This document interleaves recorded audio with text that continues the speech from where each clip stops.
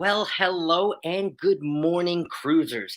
Thank you for coming in on Saturday for the second episode of the Controversy Cast. Now, we're going to change the layout just a little bit because this is more like a podcast style. So I know that you guys get to see me all week. Sometimes you get to see me as Captain Controversy, sometimes you get to see me as Scott from Controversial Cruising. So this show is much like the show that I put on with Warmstrong Wednesdays, our Cruise Talk Live. But this is Jimmy. This is 30 minutes, coffee, and three controversial topics in the cruise news world. Now, I got some really interesting and controversial topics to talk about today. We are jam packed. We're going to be talking about smaller ships, possibly. We're going to be talking about one port that may hit some record numbers for this upcoming cruise season, a special cruise season. And we're also going to talk about how cruising can really bring people together. And I'm not talking about just your any normal cruise, I'm talking about special certain cruises. So before we dive into any of that, let's go into the chat, welcome you guys in so we can get this podcast started. Podcast started. This is going to be episode 2 of the Controversy Cast. So thank you everybody for coming in. And let's see who we have here. And I also did put this cover thumbnail as Sunday. I am sorry if that ever happens again. This will always be Saturday at the same time, 7 a.m. PST and 10 a.m. EST. I moved it back just a little bit for all of my East Coast people. So let's see who we have in here. We have Call Me V. Hello, V. Good morning, beautiful people. She says hello. Welcome in, Cruise Nuts. What's up? Good morning, everyone. Good morning, Mike. Kenny comes in. Good morning, Kenny. Good morning, everyone. Shared on live, Facebook, and both YouTube channels, as Kenny always does. Appreciate you, my friend. You also may have some new hardware next to your name, Kenny, too, as well. Danny D, the spectacular supporter. Hello, welcome in. She said she just sent this to my friend. Thank you so much, Danny D. Appreciate you. Let's see. Danny D says, yes, no problem, Scott. My brain was fried after yesterday's match game. Yes. Match game is definitely fun. Captain Controversy puts that on in the Seawave Lounge on Fridays. And he also does trivia on Thursdays. So, yes, Danny D is always there. Thank you so much. Denise comes in. She says, Scott, but she is sleeping. But I just wanted to say hello, Denise, because we love Denise. Let's see who else we have in here. She says, love y'all too. She heard me. Bill from Warmstrong Adventures. Hello, Bill. Welcome in. No, it's too early in the morning for chocolate martinis. See who else. Good morning, Journeys with June and Brady. We are set to go to Alaska pretty soon. I'm pumped. I'm gonna start packing. Start packing soon. And June, I believe Richard and I are going to join you on your pre-day excursion. Well, not excursion, but our pre-day around San Francisco. So I'm looking forward to that. Good morning, Megs and C's, walking and listening. Thank you so much, Megs. Appreciate you. Carnival Cruise Addicts. Hey, Scott and everyone in the chat. Good morning, Carnival Cruise Addicts. My ribs still hurt from yesterday laughing from our match game. Najuma Brown. Good morning, everyone, Najuma. Kenny says, hello, everyone that is saying hello to me in the chat. I am typing through my phone, so I am not tagging everyone one by one. We call that a blanket hello. I am always on my phone, too. I actually have Elisa playing here side by side on me, and I always used to put people on the TV, and then I chat in my phone, so that's exactly how I do it, too. I know. Scott, I started this new podcast and, with the different things that I do during the week, I really do love this. I love coming up. I love greeting everybody. And then I love talking about 3 controversial topics. So I love researching about them. I love learning too. I am someone who loves learning and gets fired up by knowledge. So the 3 topics, I had no idea before I started looking for this show. So I know I try to sleep, but I never sleep. It's just my internal clock. Yes, thank you, Kenny. You're always here. I love you, dude, and you are a great human. So I figured, who better to give a wrench than yourself? And you have them on both channels now. Island Sisters TV, greetings, host and everyone. Well, thank you for coming in, Island Sisters TV. We appreciate you. New name, I love new names. And yes, we are going to go to Alcatraz. Yes, we are. Yes, we are. Okay, so I am finally down to the bottom of the chat, and I just want to let everybody know how this is going to go.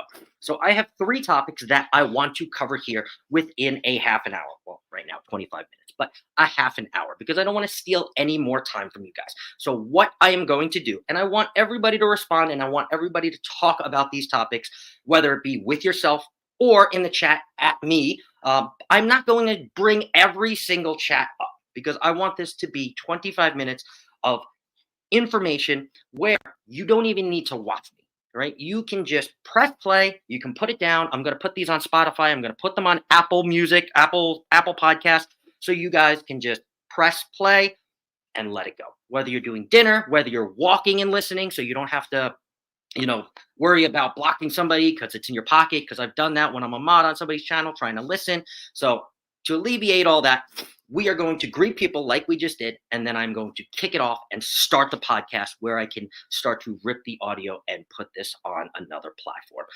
Again, this is going to always be alive, so I can come in here and greet you guys. We can have coffee together, and this can still be a live stream because I know a lot of people love that, and I love it too. So at this point, when I take my sip of coffee, right now, we are going to start episode 2 of the Controversy Cast. So let's kick it off with the first topic. A cruise line hints at smaller ships.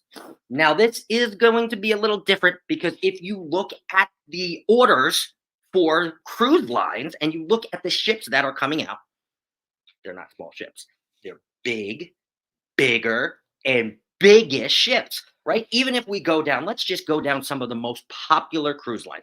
Royal, right? Royal just put out the Icon of the Sea, which is now the world's largest cruise ship. I mean, this thing has everything on it. I have not been on it, but I've seen pictures of it. Now they're going to up themselves, and just a couple months later, they're going to bring out the Utopia of the Seas, which is going to be, I don't know, a couple thousand feet longer. And it's now going to be the largest cruise ship in the world. So they're building larger and larger cruise ships, right? Let's take a look at Carnival, who now has hinted, or not even hinted, they've told us that they're going to deliver 3 more XL class ships or 2 more XL class ships by 2027. Not this year, but by 2027. And if you already look at the XL class ships that's out, Carnival Jubilee is the largest Carnival ship right now. Again, that thing is huge. I just went on the Carnival Jubilee, and it took me a day and a half to stop walking in circles because that ship was so large. Now, I don't know about you, but for me, I was always one that kind of liked the mid-size ship, the mid-size and the smaller ships. Again, I have never had a chance to go on an XL class ship, except for the last time when I went on the Jubilee with my friend Richard. So I got to experience that. But again, in the moment, this ship is huge. It is massive. I mean, it is great that there were so many restaurants, there were so many options, there's so many entertainment options, there's so many things to do, trivias in different lounges. But again, ship was massive. Again, it holds about 6,500 passengers. So again, you need that space so you don't feel like you're all on top of each other. But cruisers, new cruisers, and even older cruisers and experienced cruisers like myself have hinted and have gone to people like John Heald and have gone to Royal Caribbean and posted on their site and said, listen, we love these larger ships and we want them to, continue to build the larger ships. But what about the people that want smaller ships? Company said, okay, got a point. I mean, how many of you guys like smaller ships? Everybody's like, I like smaller ships. I like smaller ships. I like smaller ships. So they haven't technically came out with any kind of plan. But let's talk about Royal. Royal has hinted at what they call Project Discovery. Now, if you dive deeper into Project Discovery and you go into what it actually is, it's the framework and the thought process of them building a smaller class ship, a newer, smaller class. And they're not going to just take something that's already sailing and dry dock it and make it. No, they're going to build a newer, smaller ship on purpose. And also, Carnival Cruise Lines, they have also, John Heald has hinted in his Facebook group and said, hey, do you guys like smaller ships? And if you look on the post, there are a lot of people that are requesting these smaller ships. So he said, what if we build a newer Spirit class ship and add it into the Spirit class ship the Spirit class that's already there? My question to you guys is, with all of the bigger ships that are being built, do you guys want smaller ships? Are you guys a fan of the Spirit class? Are you guys still going on the Paradise? Are you guys still going on the Dream? Are you guys still going on the smaller ships? I don't know the smaller ships on Royal, because I'm not really a Royal cruiser, but the smaller ships on Royal, are you guys wanting a newer ship that offers a smaller class? Or do you guys just love these XL class ships because they're just so massive, they're so huge, and there's so much to do on them? So let's see here. I personally want like a Dream 2.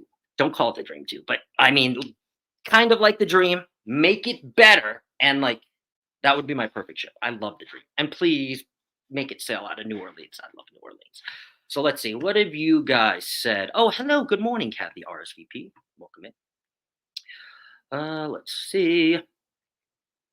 Destination Fun, Sherry says, they need to build smaller class ships due to some ports that can only support smaller ships. That is a very good point.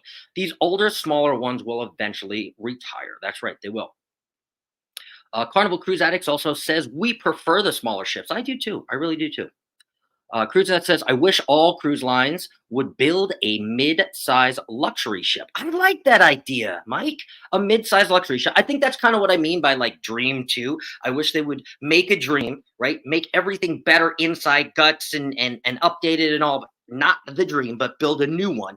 And then it's kind of like a luxury line within your Dream class or your Spirit class. I like that. Journeys with Gina and Brady said, we love the smaller ships.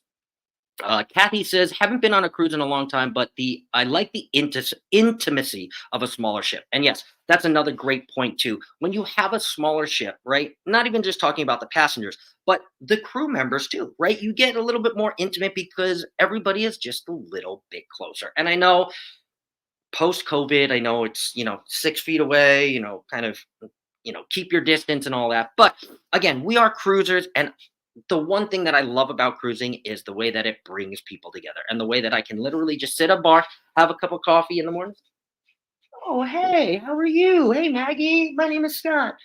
I use that as a real example because I did meet a Maggie who is now one of my friends here on YouTube. So yes, it is a wonderful thing that these cruises can offer, the fact that we can connect. And I think the smaller ships definitely bring that intimacy. I think that's one of the reasons why I liked it. Again, this was Dream, or I'm sorry, the Imagination, that's not sailing anymore, was actually the first ship that I sailed on. I sailed on the Dream probably about 12 times back to back because that's where my buddy was contracted. So I think that's why I fell in love with the Dream. But again, the Dream, if you've ever been on the Carnival Dream, it's a ship that you can walk front to back in probably about 8 minutes. And I absolutely love that. I absolutely love that. Again, I'll still sail on the larger ships, of course, not a problem. But if I had to choose, I would always choose a class like the Dream class. And it seems like a lot of you also like those mid-size and the smaller ships for the intimacy reasons and for various other reasons. So I think the more we hint at these cruise companies, I think the more they're going to start to be like, okay, let's peek our ears up and let's really listen to our consumers and what they want. Because now we have so many new cruisers entering this industry with us, right? They might veer off to the bigger ships because they don't know any better. But then there's so many of us cruisers that are like, you want to know what? I've been on the Jubilee. I've been on Utopia. I've been on, Utopia's not out yet. I've been on Icon. And they're okay, but they're just so massive. I want a Dream class ship or a Spirit class ship or something like that. So it seems like all of you guys kind of agree. I like that. And Kathy said exactly, Scott.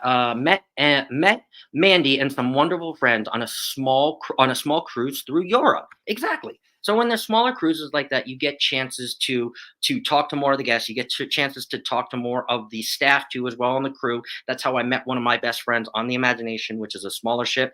And now 14 years later, we still text back and forth. He's actually going on a trip to Dubai to bring his family there for a couple days before he gets contracted again. So, I mean, again, no matter what the connection is, I think cruising is a great way to connect people, whether it's smaller or bigger ships. But again, the smaller ships really cater to that intimacy. So I love that. I love that what you guys shared. So let's hop on to another topic here. Switching gears just a little bit, I know a lot of you know that I am personally going to Alaska this cruise season, actually in 15 days, I believe. 15 days. 15 days, I will be heading to Alaska. Now, this kind of piqued my interest because this port in general, and not the port that I'm going out of, but this port that I'm going to mention right now, is set to have a record 2024. And I'm interested in the chat to see if any of you have sailed out of this port. The port that I'm talking about is the port of Vancouver. Now, Vancouver is a British Columbia port. It's going to be a Canadian sailing. So this opens up basically the sailing for Alaska and the Alaskan sailing season. Okay, so if you've ever been to Vancouver to take a Canadian, an Alaskan cruise, excuse me, you know that the port of Vancouver is definitely one of those that is more towards the cetacean of mammals and the wildlife. There's so many parks, there's so much wildlife there, and they really take into consideration of preserving that wildlife there. So there's so many excursions to do on your port before, on your cruise before, and your cruise after that is in that wildlife. Now, let's talk about exactly why they may be hitting record numbers for 2024. Now, the Alaska cruise in general has piqued a lot of people's interest. Myself, in general, I went last year and I had a chance to go back this year. And of course, I said yes. It is not out of the port of Vancouver, but I know a lot of the Alaska cruises go out of the port of Vancouver. Now, again, because we are cruisers, right? And we cruise a lot, there are things that happen to the universe because of that. Now, I'm sure we've heard of LNG, and I'm sure that we've heard of better ships that are more green for the environment. And the port of Vancouver supports that 110%. So they are actually 75% of the ships that sailed in and from the Port of Vancouver in 2023, 75% of them were shore power enabled. Now, shore power enabled basically just means that once they get to the berth, or once they get to the canal and the berth, they shut off the engine and they kind of go right in, and they actually are able to shut off the engine. So there's less of the emissions going into the earth. So 36,000 tons have been saved since 2009, which basically means about 8,000 cars off the road a year, just from them being able to turn off the engine when they get in and kind of shimmy in and then dock.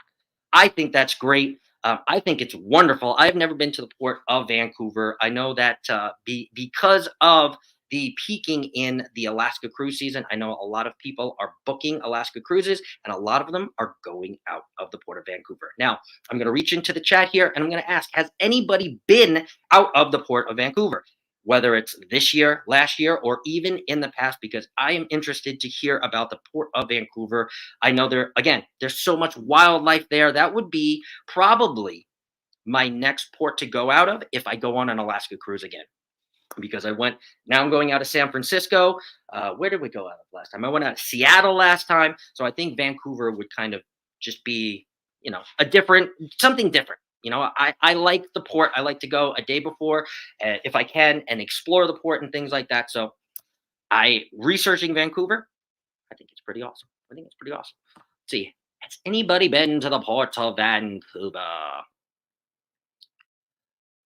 Kenny says, no, I haven't been to Alaska for a cruise yet. It is definitely a bucket list. I love Alaska. I can't wait. Kathy says, the countdown begins. Scott would love to see Alaska. Vancouver is a beautiful place. Not sure if you can walk off yet. It's so beautiful. If you can spend a few days, Stanley Park, the aquarium. And yes, they do. Vancouver and Canada in general are very eco-conscious, and that was one of the things that I was reading. And I think that is why a lot of the cruisers are choosing that port, because they are choosing a greener way of life and a more eco-conscious. Thank you very much for that, Kathy. A more eco-conscious approach to cruising. And again, like I said, that shore power enabled, that really, really helps offset those emissions that go into the air, because the captain's able to shut off the engine and just shimmy right into the dock space. So great point, Kathy. Great point. And hello, Maggie. Welcome in. And Danny D says, nope, never. But my big bro and soon to be sister in law were talking about a cruise to Alaska after they get married. Ooh, interesting. Well, maybe the port of Vancouver. I am definitely going to continue to research about the port of Vancouver, because it actually piqued my interest about how eco-conscious they are, and I love that, and I love wildlife. One of the big reasons why I moved to Arizona is so I can be outside. I can hike, not in June, July, and August, but in the times that you can hike in Arizona. I love the wildlife. I love just being outdoors. I love being in the ocean. So Vancouver, it really just sounds like maybe my home away from home. I can see some animals that I've never seen before. I can go in and maybe even do something like a eco-conscious project while I'm there to kind of help the environment, because I love doing those kinds of things to help the environment, so we can continue to cruise and cruise and cruise and cruise. So yes, Cruise Life TV says, first time Alaskan cruise leaving out of Seattle in 25 days. Yes, that's exactly where I left out of first. I like Seattle. I think there's a lot of great things about Seattle and cruising to Alaska out of Seattle, but Vancouver is set to have a record 2024. So I just kind of wanted to talk about it, because I don't know how many of you have actually went out of Vancouver, know it's a port, or even know that they are one of the most eco-conscious ports that ships can leave from. So I really like that. I'm going to look up more and more about this. I might even end up cruising out of there, maybe 2025. We will definitely see. We will definitely see. And Cruise Life TV says in 2025, not 25 days. That would have been close.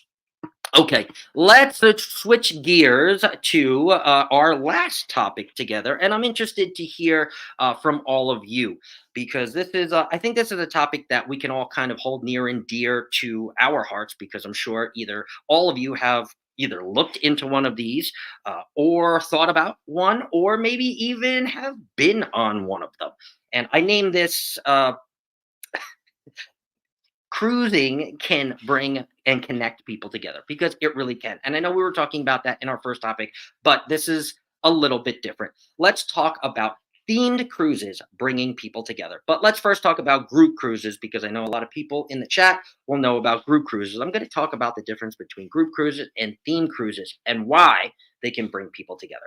First of all, let's talk about group cruises, right? There's so many group cruises right now that are being promoted. We have the Rock and Roll group cruise. We have, I think, Embarkation Nation has a group cruise. I mean, Bruce has group cruises. I mean, oh my God, there's so many group cruises going on right now. I'm going on a group cruise for Margaritaville at the Sea.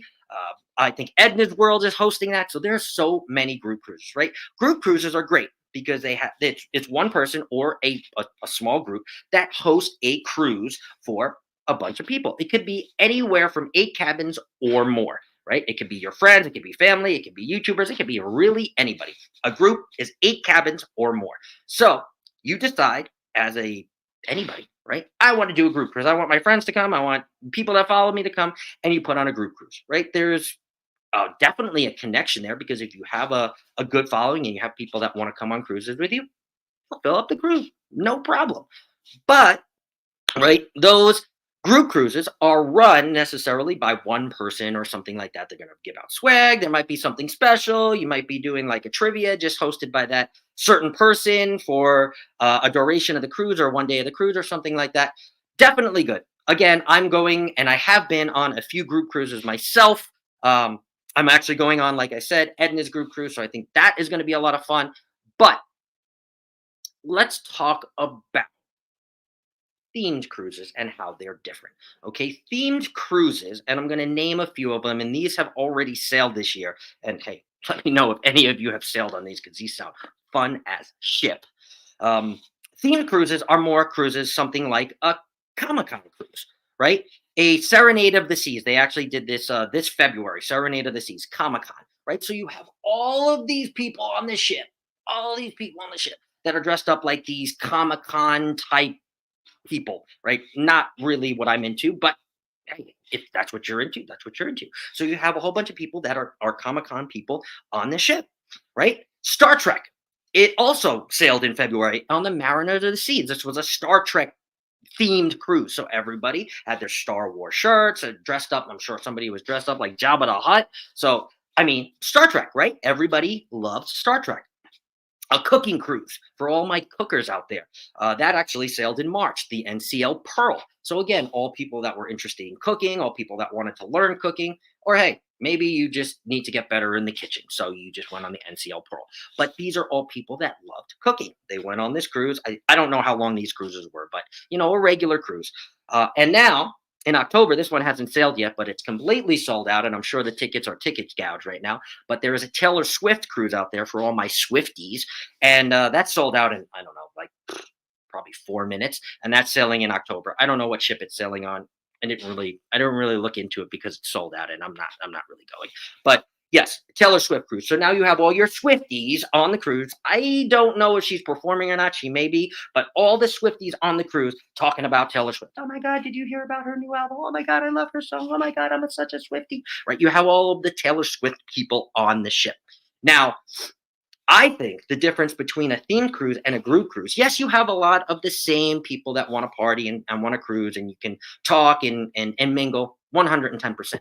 But a themed cruise, right, I think separates it apart because now you have the entire ship that is filled with like minded people, right? If you are a Star Trek fanatic, and you end up going on a Star Trek cruise, you are going to be in Star Trek heaven. I mean, everybody you talk to is going to be like, yeah, dude, I love Star Trek, man. I love Star Trek. Did you see blah blah blah, blah or did you blah blah blah, or oh, I love your costume, right? Because everybody loves Star Trek. And I will give you an example from a personal friend.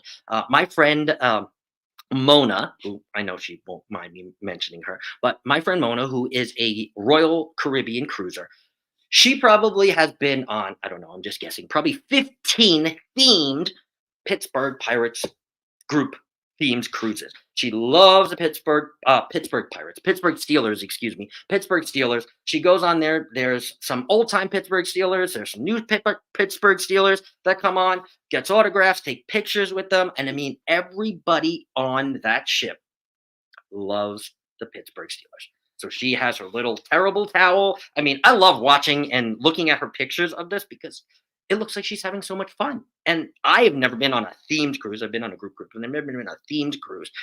And I don't know.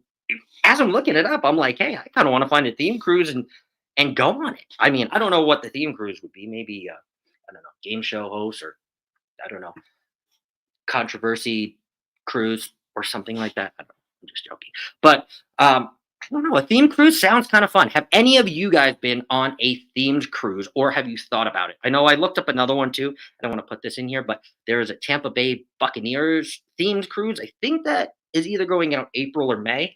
I don't know. But that's another themed cruise. There's so many of them. I didn't want to just list them and continue to list them because you guys get it, right? Tampa Bay Buccaneers. I think I even saw an Alvin and the Chipmunks one too. I think that might have been a rumor. I don't know how many people love Alvin and the Chipmunks. But hey, if you like Alvin and the Chipmunks, cool. But let's see. Yeah, group cruise would be great. Husband doesn't like to travel as much as I do. Cheaper to travel in a group. Hate the single supplement. Yes, me too, Kathy.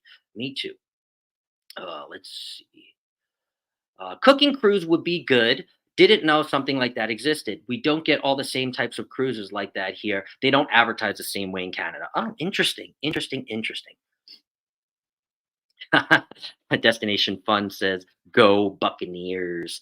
So, have any of you been on a themed cruise? I don't. I'm not particularly looking into one, but as I was looking, I mean, I'm like, hey, if there's a themed cruise that kind of piques my interest, I might even just take a look into it. You know, I don't know if I would know anybody on the cruise, but hey, that is the greatest thing about a themed cruise because you can literally go on. I'll probably pay double, right? Unless I end up talking a friend to go into it with me. But if I go on that cruise, I know there's so many like-minded individuals on that cruise that I can talk to and just turn to and say, "Hey, you like the Buccaneers too? Nice jersey." Not like I would be on a Buccaneers cruise, but just use that as an example. But like-minded individuals, and you can meet people, you can grow, you can expand your network, you can expand your community, and hey, you could just add cruise friends to your repertoire. So, I mean, I think it's a great idea. Marjorie Ambrose, good morning, and she says controversial cruising. I love the themed cruises because I don't have to feel pressured to have people like me on a cruise because I am passionate about the themed cruises. Yes, that is 110% a perfect a perfect point, Marjorie. Again, everybody is going to be in that like-minded state. They're all going to be there for that themed cruise, and you're going to have so many people to talk with and share that passion. So I think it's great. I don't know if it's necessarily next cruise, but as the theme cruises get more popular and popular, again, there are so many out there. You can already look them up, Google theme cruises. There's so many different ones throughout the different cruise lines. But again, I don't think that these theme cruises are necessarily held by one person. It's probably a committee or it's probably NCL holding it. I believe NCL is holding the Taylor Swift one, so that's not like Taylor Swift's manager, putting this on. I'm sure Taylor Swift manager has, contact points and stuff like that. But I think it's NCL that I don't know. I don't know. But anyway, theme cruises are a much more bigger deal because there's going to be all of the passengers that are going to be like-minded rather than let's just say 50 or 100, 150, 200, which is a big group. Don't get me wrong. You get 200 people on a cruise, awesome. But if that cruise has 6,500 people, it's not really it's a group cruise. It's not a team cruise. So that's the difference. Group cruise, theme cruise. Just kind of wanted to know what you guys thought because I know a lot of you either have group cruises yourself planned, are hosting a group cruise, or may even be going on a group cruise. Like Sherry says, we are going on a group cruise too. Utopia of the Seas group cruise in September, September 13th to the 16th, and then there's a second leg for all the people that have extra money and want to stay on 16th to the 20th.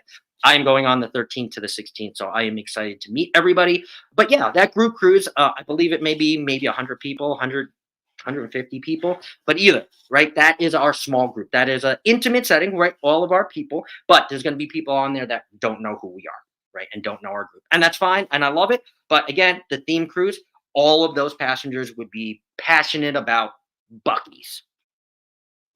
I don't know. Hey, Royal Carnival, Bucky's Cruise. If it happens, drop your boys some royalty. Oh man. Okay. So this half hour goes so fast. I just want to thank everybody for coming in. Cruise Life comes in and says, from what I've seen, theme cruises are usually a bit more expensive than your typical cruises, as they should be, because just like group cruises too, group cruises are a little bit more expensive too. But you're gonna get stuff with that theme cruise, whether it be special performances, whether it be a special swag bag. I know that they have teased the swag bag on the Taylor Swift cruise, and oh my god, people are going nuts about this swag bag. They don't even know what's in it. Taylor is not going to be in the bag, people. She's not. But they're going crazy over it because you're going to get a Taylor swag bag. I have no idea. Maybe a signed CD or something. Who knows? But yes, Greg, it is definitely going to be a little bit more than your typical cruise because the things that come with it. So, but I still think it's a good idea because there's so many like-minded people, like I said, on that cruise with you. So if you're a Swifty, find your way on that Taylor Swift cruise.